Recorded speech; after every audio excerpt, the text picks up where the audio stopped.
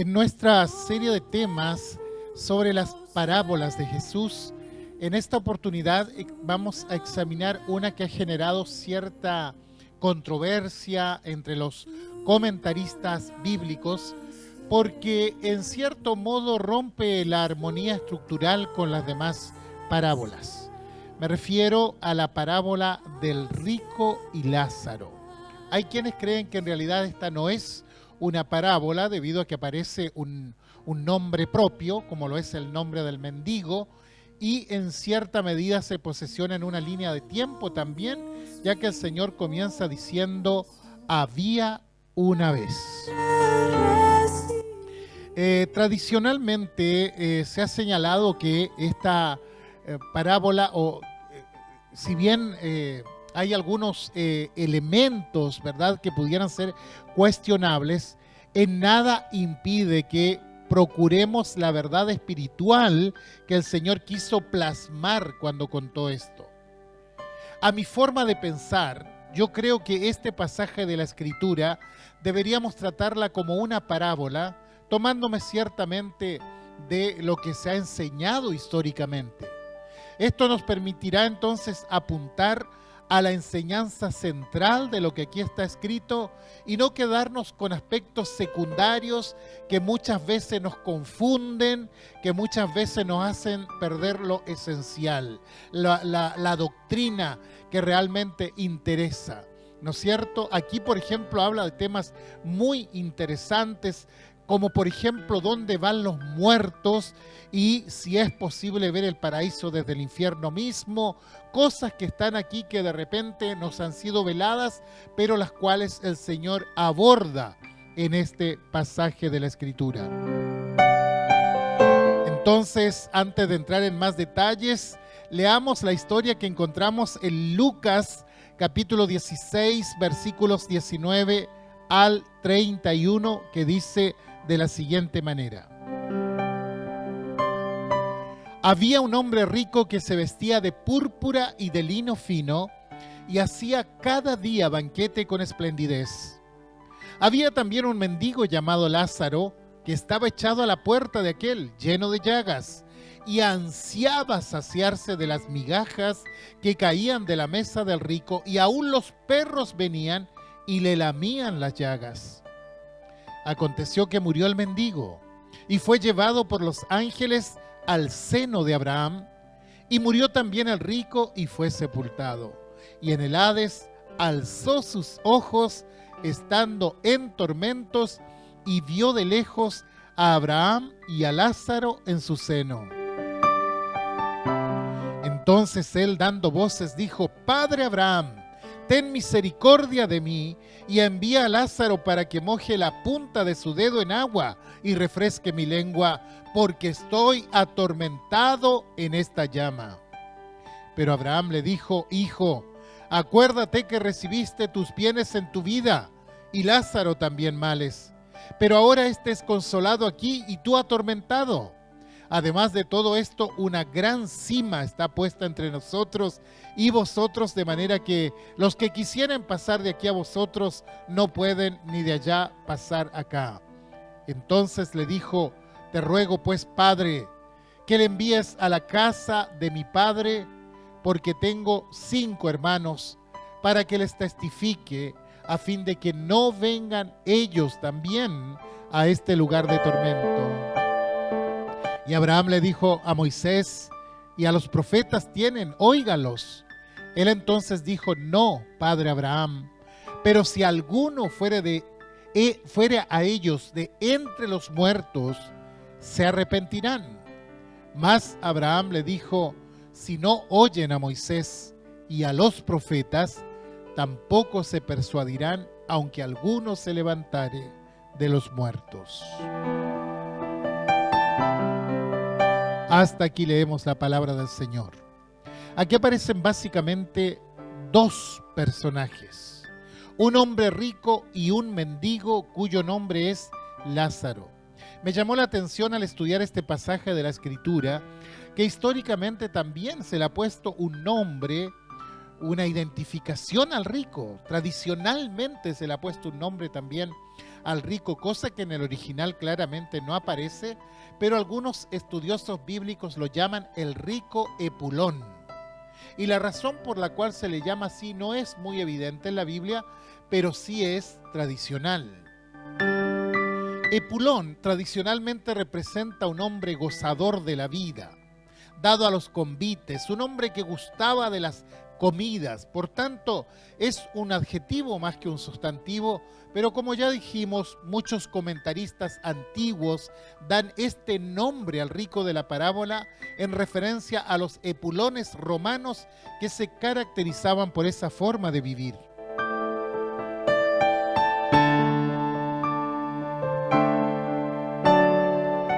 Es importante señalar de partida que el rico, Epulón, no va al infierno por el simple hecho de ser rico, ni que Lázaro va al cielo por el simple hecho de ser pobre. El estado social de una persona es moralmente neutral y todo va a depender de cómo conduzca su vida aquí en la tierra, cuáles son sus prioridades y sobre todo cuál es la relación que desarrolló con Dios.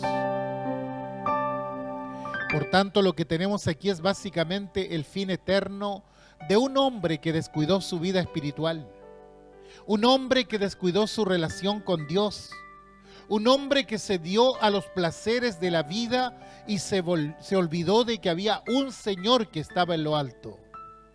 Y por otro lado, tenemos a un hombre enfermo que vive miserablemente, que espera que caiga algo de la mesa del rico, pero que en su vida abrigaba la esperanza de un Salvador y Consolador eterno. Esto lo podemos notar al considerar el contexto general de las Escrituras. Ambos mueren. Jesús entonces descorre el velo entre la vida y la muerte para que podamos ver qué es lo que ocurre más allá.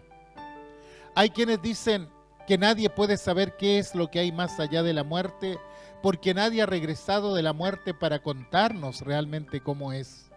Sin embargo, aquí Jesús nos da una respuesta a esa gran inquietud de qué es lo que pasa con aquellos que mueren.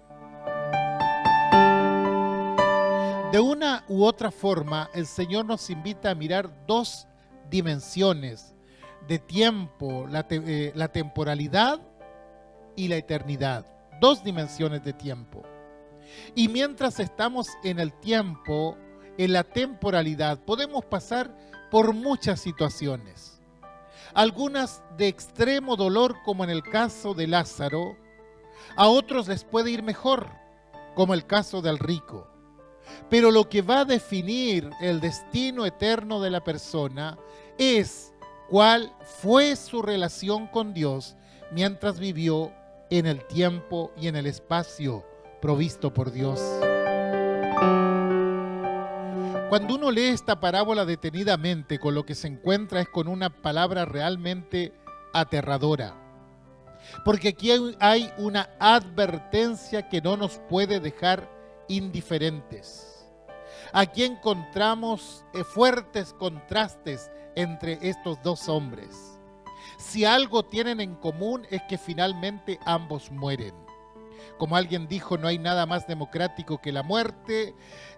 Mueren ricos y mueren pobres, mueren reyes y mueren plebeyos, todos mueren. Pero hay contrastes que son muy significativos, no solo en la temporalidad, sino mayormente en la eternidad. Un hombre rico que vivió en la opulencia, que supo lo que era vestirse con realeza, con púrpura y con lino fino, que vivió suntuosamente no una vez al año o una vez al mes, sino todos los días. Pues dice la parábola que cada día hacía banquetes con esplendidez. Su atención básicamente estuvo puesta en el buen vivir, en el disfrute de la vida. Y en el otro lado de la escala social y económica, tenemos a un mendigo a quien el Señor lo llama Lázaro. Obviamente con una enfermedad incurable en su piel, La tradición sostiene que Lázaro padecía una lepra bastante avanzada. El Señor dice que su cuerpo estaba cubierto de llagas y se colocaba a la puerta de Epulón esperando que cayera alguna migaja de la mesa para poder comer algo. Quizás las sobras de una de esas tantas fiestas pomposas que este hombre realizaba. Si uno se fija mejor en el cuadro que presenta Jesús, puede ver perros que venían y lamían sus llagas, lo cual da un dramatismo excepcional a toda esta historia. En Palestina definitivamente el perro no era el mejor amigo del hombre, como lo es hoy. No era un animal doméstico como lo conocemos en nuestros días. Eran básicamente animales salvajes, animales carroñeros, por lo que eran despreciados por la gente. Y sin embargo, estos perros demostraron ser más amables que Epulón para con aquel mendigo. Porque dice que ellos venían y le lamían las llagas, produciendo un cierto alivio al maltrecho estado físico de Lázaro. Cuando un perro tiene una herida, suele lamérsela para buscar cura y alivio. Así que estos perros basureros vienen y le dan a este mendigo el único alivio que puede recibir él en ese momento.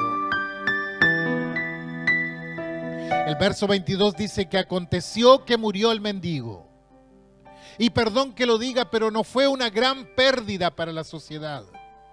Su muerte fue casi una crónica anunciada. Los cuerpos de los indigentes eran prácticamente lanzados a un vertedero. No había una cueva labrada en la roca en donde dejar ese cuerpo. Pero aquí es donde Jesús descorre el velo para que veamos qué es lo que ocurre con Lázaro más allá. Dice que fue llevado por los ángeles al seno de Abraham. Y este concepto seno de Abraham solo aparece en esta parte de la Biblia. La palabra en griego es difícil de traducir. Podría significar junto a Abraham o en los brazos de Abraham. No es recomendable hacer una doctrina tampoco al respecto, sino ver este lugar como un lugar de descanso, un lugar de satisfacción y paz, casi como si Abraham, una persona muy venerada en la historia judía, fuera el protector de aquellas almas que habían sufrido lo indecible en el mundo. Pero como les decía, no podemos hacer doctrina de esto. No es a lo que el Señor está apuntando realmente, sino que está apuntando al fin eterno, al destino eterno de cada persona, según lo que haya hecho en esta vida. Podemos decir que lo primero que Lázaro vio después de su muerte fue la gloria refulgente de una hueste celestial, quienes vienen, lo recogen en sus brazos y lo llevan al paraíso, colocándolo allí en ese lugar de descanso, de ese lugar de quietud sin igual, que el Señor aquí llama el seno de Abraham. Probablemente no hay un relato más tierno de la misericordia del cielo encontrado en ningún lugar en la Biblia que esta ilustración de la muerte de Lázaro, quien fue traspasado al cielo personalmente por los ángeles. Luego el verso 22 también dice que murió también el rico y fue sepultado. Quiere decir que hubo honras fúnebres. Quiere decir que hubo una sepultura para su cuerpo.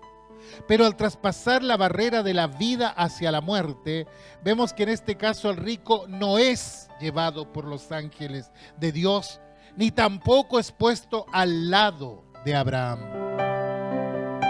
Dice el verso 23 que estando en el Hades, alzó sus ojos, estando en tormentos.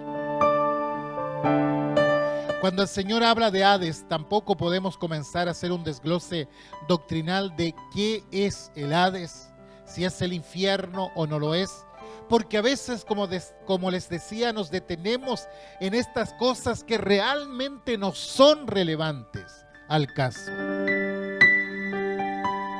Lo que Jesús está diciendo es que este hombre llegó a un lugar de tormento, no importa cómo se llame. Está mostrando la realidad que experimentan quienes viven sin Cristo en la vida. Ahora, lo que sí enseña la Escritura con toda claridad es que tanto el cielo como el infierno son lugares reales. Cada persona que vive en esta temporalidad también pasará a la eternidad y va a pasar eternamente en uno de estos dos lugares, no en lugares intermedios. Y estos dos destinos están representados en esta parábola o historia, si usted prefiere llamarlo. Mientras que el rico había vivido para el día y solo se centraba en la vida aquí en la tierra, en el aquí y en el ahora, Lázaro soportó muchas dificultades mientras confiaba en Dios. Ahora la muerte puede ser considerada como una separación. La muerte física es la separación que sufre nuestro cuerpo de nuestra alma, espíritu, mientras que la muerte espiritual es la separación que sufre nuestra alma de Dios. Jesús enseñó a sus discípulos que no tienen que temer a la muerte física, sino que deben preocuparse más por la muerte espiritual. Allí en Lucas 12, 4 al 5 dice: «Mas os digo, amigos míos, no temáis a los que matan el cuerpo y después nada pueden hacer, pero os enseñaré a quién debéis temer.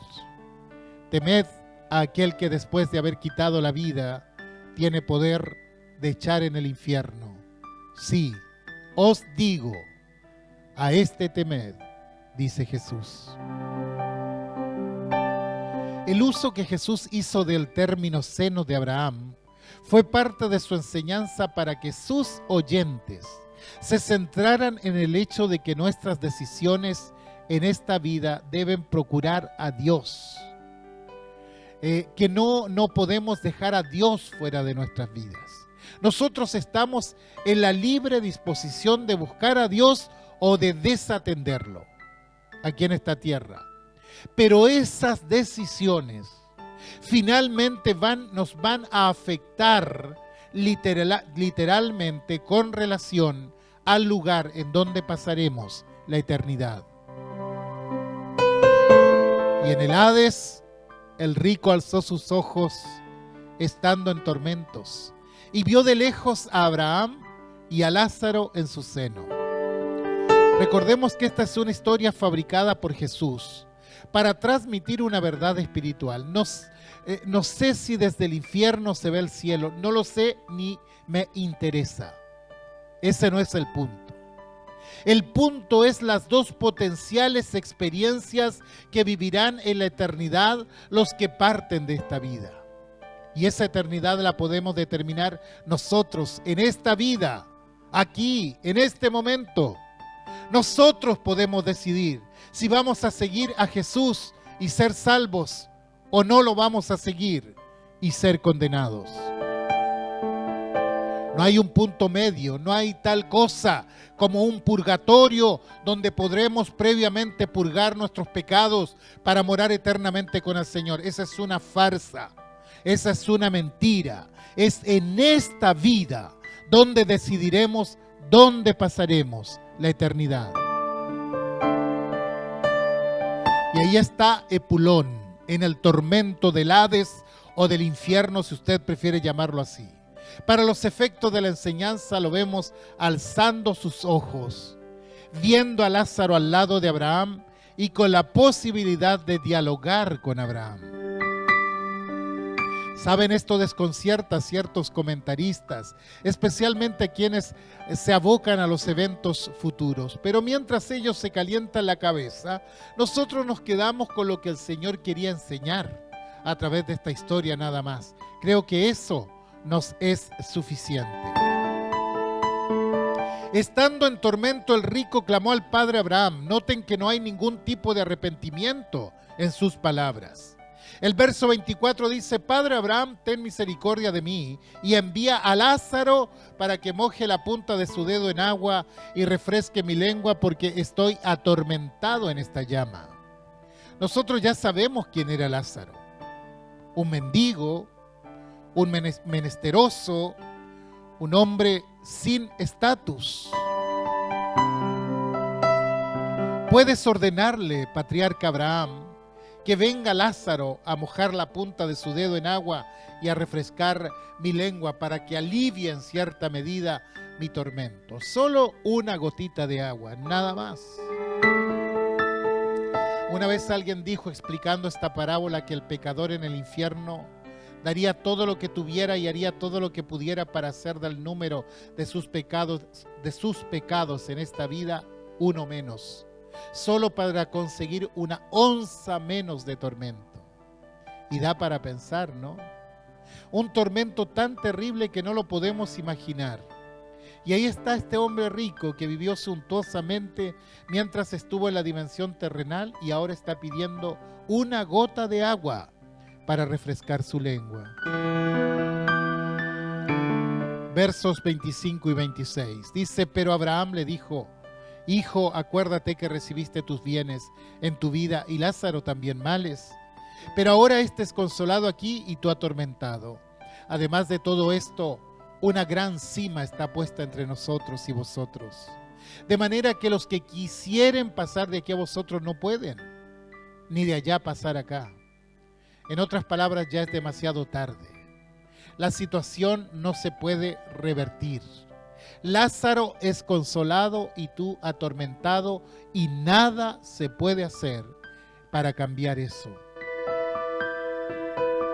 Mientras vivías debiste preocuparte de esto. Sin embargo, nada te importó. No te importó el sufrimiento de este hombre y sin embargo ahora quieres que este hombre vaya a servirte en medio del tormento. No, esto no es posible. Ya no hay tiempo para esto. Y no solo dice eso, dice también, hay una gran cima puesta entre nosotros y vosotros. Una valla infranqueable, no se puede pasar de un lado ni del otro. No hay ningún material lo suficientemente fuerte para construir un puente sobre este gran abismo. Desde tu lado no hay ninguna provisión para la libertad condicional. La sentencia ya ha sido dada. No hay ninguna esperanza de un tribunal de apelaciones que te pueda sacar de allí. Pero Padre Abraham, ¿acaso todos no tienen derecho a una segunda oportunidad? Sí, hay muchas posibilidades en esta vida para enmendar el camino, para cambiar el rumbo, múltiples oportunidades. Pero ¿saben? Epulón no usó ni una sola de ellas. Esta vida es la vida de las oportunidades. Es la vida no de la segunda, sino también de la tercera y de la cuarta oportunidad, si usted quiere. Pero si no sabemos aprovecharlas, estando en la eternidad, ya nada podremos hacer al respecto. Totalmente ensimismado, egocéntrico, el rico se burló de la idea de que podría haber un día de responsabilidad y que Dios, este Dios bueno, amoroso, lleno de gracia, podría llegar, lleno de gracia, jamás podría ser tan malo como para enviarle a un lugar de tormento eterno. Pero ¿acaso Jesús no advierte una y otra vez que el que no cree será condenado? ¿Acaso no dice eso la Escritura?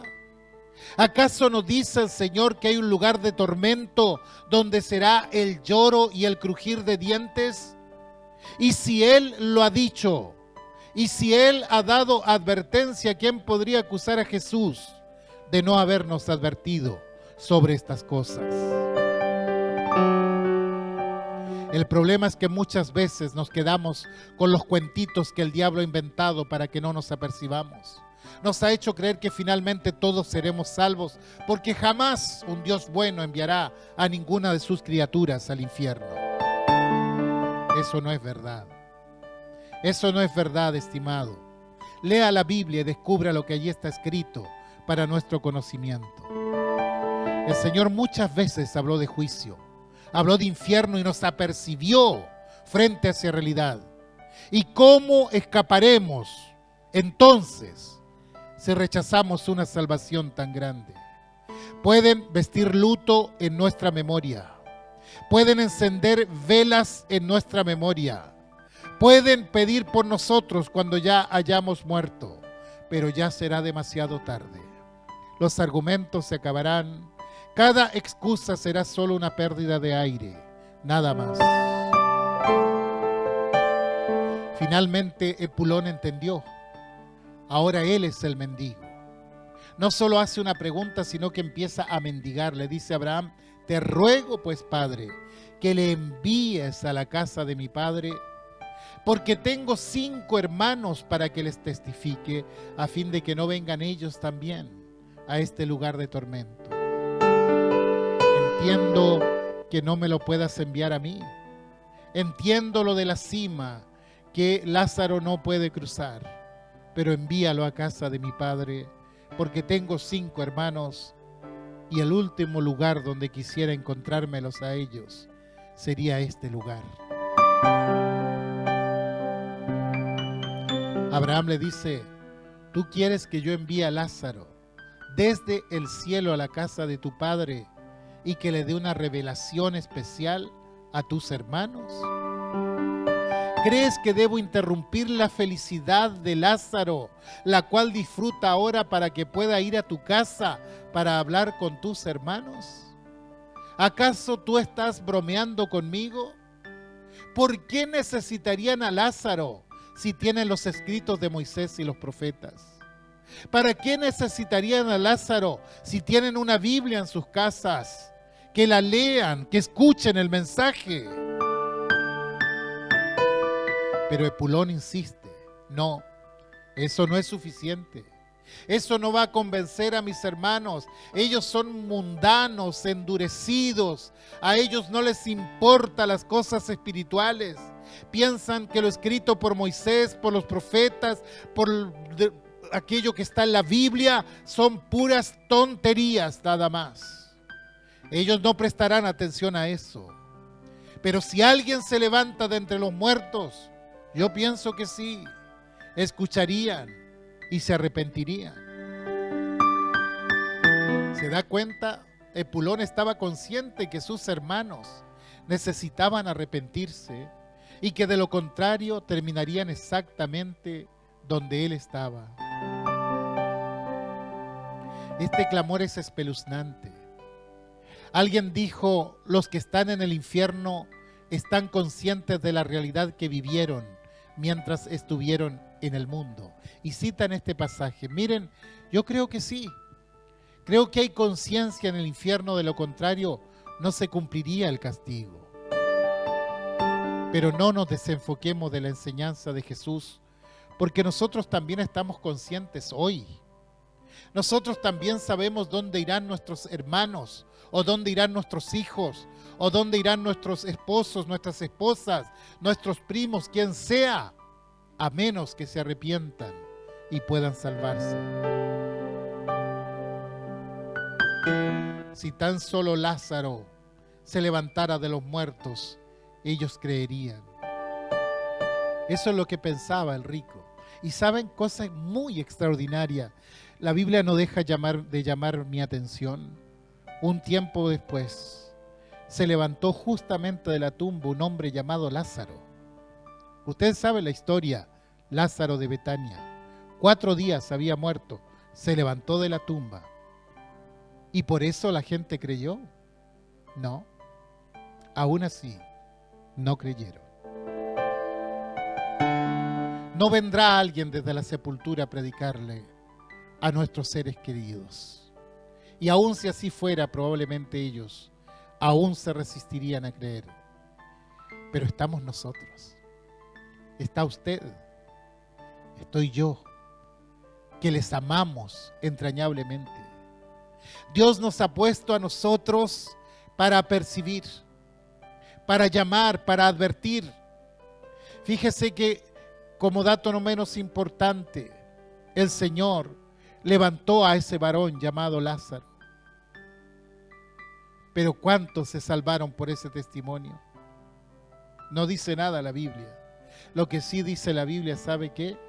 Es que nosotros vayamos y prediquemos el Evangelio del Reino para que todo aquel que cree en Jesucristo no se pierda, mas tenga vida eterna. El problema es que mucha gente no quiere escuchar. No tiene oídos para oír. Y la razón por la que no tienen oídos para oír es porque no les interesa oír. No quieren nada de Dios en sus pensamientos.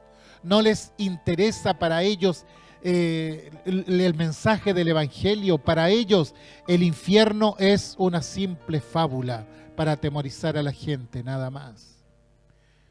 Sin embargo, yo veo en esto una de las advertencias más sobrias que siempre recibimos de nuestro Señor. Después de leer y examinar esto, entonces, ¿qué nos queda? Yo creo que este es el momento para sellar nuestra eternidad. Este es el momento para enfocarnos en fe y en esperanza en Jesucristo, el único que puede darnos la vida eterna. Hoy es el día de salvación. Este es el día para ponernos a cuentas con Dios, porque una vez que muramos, ya será demasiado tarde. Oremos realmente para que Dios nos ayude a escuchar su palabra y para ponerla por obra. Muestra Cristo.